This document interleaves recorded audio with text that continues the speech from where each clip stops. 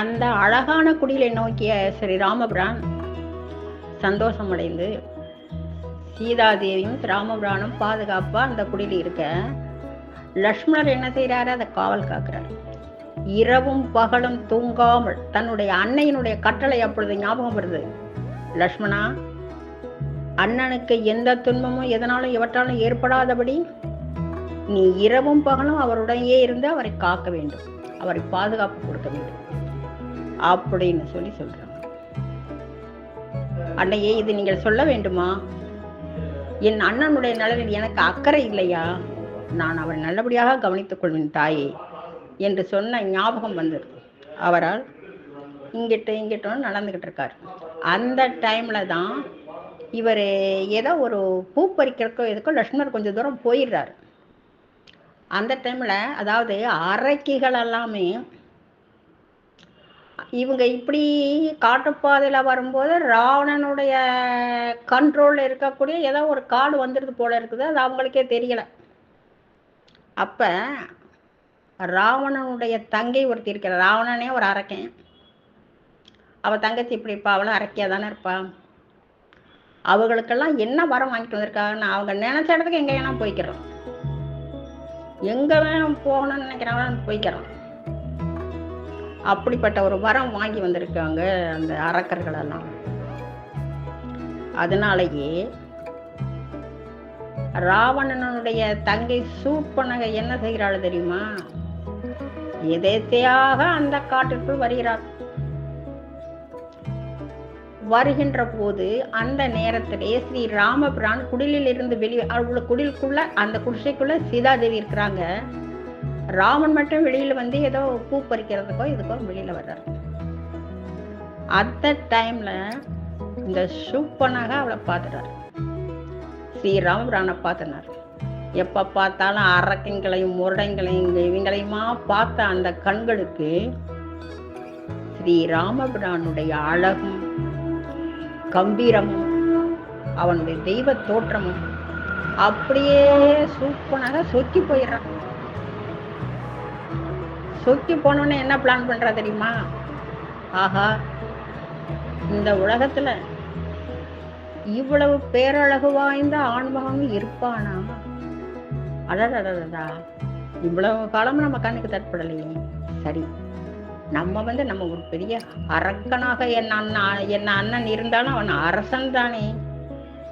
அதனால நம்ம ஸ்ரீராமனை கல்யாணம் பண்ணிக்கிறணும் அப்படிங்கிற ஆசையில தன்னைய பேரழகியா மாத்திக்கிறான். அந்த காலத்துல அந்த அரக்கர்களுக்கு என்ன ரூபமா மாறணும்னு விருப்பப்படுறாங்க அந்த ரூபத்துல வந்துருவாங்க. அப்படி ஒரு வரமும் அவங்க வாங்கி வந்திருக்காங்க. ரொம்ப அழகு தேவதையா தன்னை மாத்திக்கிட்டு ஸ்ரீ ராமபிரானுடைய அருகில் போயிடான். இப்படி பாக்குற அவர் ராமர்னோட அவளுக்கு தெரியாது. பாக்குறான். பார்த்தோன்னே ராமருக்கு கொஞ்சம் வேதனை, கோபம் வருது. பெண்ணே, உனக்கு என்ன வேணும்? எதுக்காக என் அருகில் வந்து நிற்கிறாய்? அப்ப தன்னை பெருமையா சொல்லிட்டு, உங்களை நான் மணமுடிக்க விரும்புறேன், என்னை நீங்க கல்யாணம் பண்ணிக்கங்க. நீங்க என்னைய கல்யாணம் பண்ணிக்கிட்டீங்கன்னா பெரிய ராஜாவா இருக்கலாம், பெரிய அரசனுடைய தங்கச்சி நானே. உங்களுக்கு புரிஞ்சுதா? எனக்கு உங்களை ரொம்ப பிடிக்குது, நான் உங்களை கல்யாணம் பண்ணிக்கிறேன்னு சொல்றேன். இப்படி சொல்லிக்கிட்டு இருக்கும்போதே குடிசைக்குள்ள இருந்து சீதாதேவியார் வெளிவருகிறார்கள். சீதைய பார்த்தவொடனே இவளுக்கு ஆட்டங்கன்றது. இதனால இவ அதை விட பேரழகியா இருக்காளே, அடே அப்பா, இப்படி ஒரு அழகான பெண் இந்த உலகத்துல இருக்க முடியுமா? பார்த்துட்டு அப்படியே அப்பதான் ஸ்ரீராமர் சொல்றாரு, என்னை கல்யாணம் பண்ணிக்கிறோன்னு நீ சொல்றியே, இதோ இவங்கதான் என் மனைவி. எனக்கு ஏற்கனவே கல்யாணம் ஆயிடுச்சு. அதோ அங்கு வந்து கொண்டு இருக்கிறானே, நீ அவனிடம் போய் கேள்றாரு. ஏன்னா ஸ்ரீ ராமபிரானுக்கு தெரியும் லக்ஷ்மணன் மிகவும் மூர்க்கமானவன், கோபமானவன் என்று. இந்த மாதிரி எல்லாம் பேச்சுவார்த்தை வந்தால் கோபத்துல அவன் என்ன செய்வாங்கிறது தெரியாதுங்கிறது ராமபிரானுக்கு தெரியும். அதனாலதான் நான் ஈசா தம்பியை கையை காட்டி விட்டுறாரு. உடனே அரக்கி இப்படி இப்படி பார்த்துட்டு பல்ல நெருன்னு கடிச்சிட்டு நேரா அங்க போறான். அப்பதான் சீதா கேட்கிறேன், சுவாமி, உங்களிடம் பேசும் ஒரு பெண் குரல் கேட்டுத்தான் வந்தேன். அந்த அம்மா என்ன உங்களிடம் கேட்டார்கள்?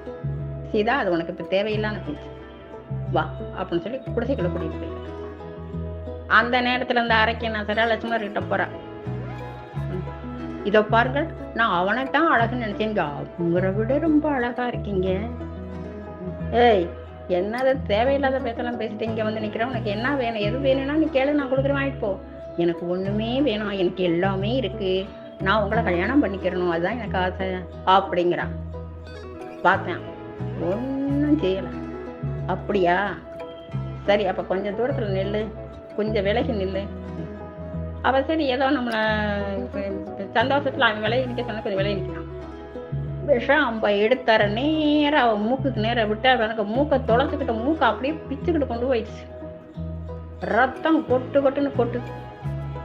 அவ அப்படி அந்த அம்பு பட்டவனே அவளுடைய சுயரூபம் வந்துடுது. அரக்கிங்கிற சுயரூபம் வந்துடுது. லட்சுமணர் பார்த்துட்டு அவர் சாதாரண வசதியம் போடின்ட்டு அவரோட வேலையை பார்க்குறாரு. இவ கதறிக்கிட்டு செஞ்சுக்கிட்டு தாங்க முடியாம தானே, நம்மளை அவமானப்படுத்திட்டானே, இப்ப ராமனையும் கட்ட முடியல, லட்சுமணனையும் கட்ட முடியல, நம்ம என்னடா செய்யறன்னு அலறிக்கிட்டு ஓடுறா. அவங்க அண்ணன்கிட்ட சொல்ல, அண்ணன்கிட்ட சொல்ல ஓடும் போதே அவ என்ன பிளான் பண்றா தெரியுமா? நம்ம அண்ணன் கேட்பான், ஏன் அப்படி மூக்கு அறுபட்டு இப்படி ரத்த கலரியோட வந்து நிக்கிறேன்னு சொல்லி கேட்டா நம்ம என்ன சொல்றதுன்னு யோசனை பண்றான். அப்ப நினைக்கிறா, நம்ம அண்ணனா ஒரு பெண் பித்தன், அவனுக்கு தகுந்த மாதிரி நம்ம பேசினாதான் அவன் படையெடுத்து வந்து இந்த 2 சன்னியாசி பயல்கள் யார் ராமகிருஷ்ணன் சொல்றான் கொன்னுட்டு அவன் படையெடுத்து வந்தானா தான் இவன் வந்து பயந்து போய் நம்மளை கட்டிக்கிறவன் அப்படிங்கிற எண்ண அலைகள் மனசுல இருக்கிறதுனால அங்க போய் டூப் விடுறா. எப்படி விடுறான்னு பாருங்க. அவன் சபையில உட்காந்துருக்கான், எல்லாருமே அங்க இருக்காங்க. யாரு? ராவண அரக்கன் உட்காந்துருக்கான். எப்பயுமே அரசனுங்கிற ஒரு அரக்கனா இருந்தாலும் அரசனா இருக்கிறதுனால அங்க கூட்டம் இருக்கும் இல்லையா அவங்கள சுத்தி. அந்த நேரத்துல கதறிக்கிட்டு ஓடுறா அந்த சூப்பனர். தங்கையினுடைய நிலைமைய பார்த்து, என்னடா மூக்கு அறுபட்டு ரத்தம் கூட்டுறதோட இப்படி வந்து நிக்கிறாள், நிலை உணர்ந்து போயிடுறா ராவணன். என்ன தங்கையே, உனக்கு என்ன நேரிட்டது? உன்னை இந்த கதிக்கு ஆளாகணுங்க யாரு சொல்லு, அவங்கள உடனே உண்டு இல்லைன்னு பண்ணிடு அப்படிங்க. அப்ப இவ என்ன சொல்றா தெரியுமா?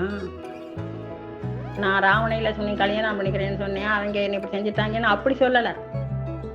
தன்னுடைய அண்ணன் ஒரு பெண் பித்தன், இவங்கிட்ட இப்படி கொண்டு போகணும் விஷயத்தன்னு சொல்லி, அண்ணா நான் எதேச்சாக ஒரு காட்டுக்குள் போனேன்,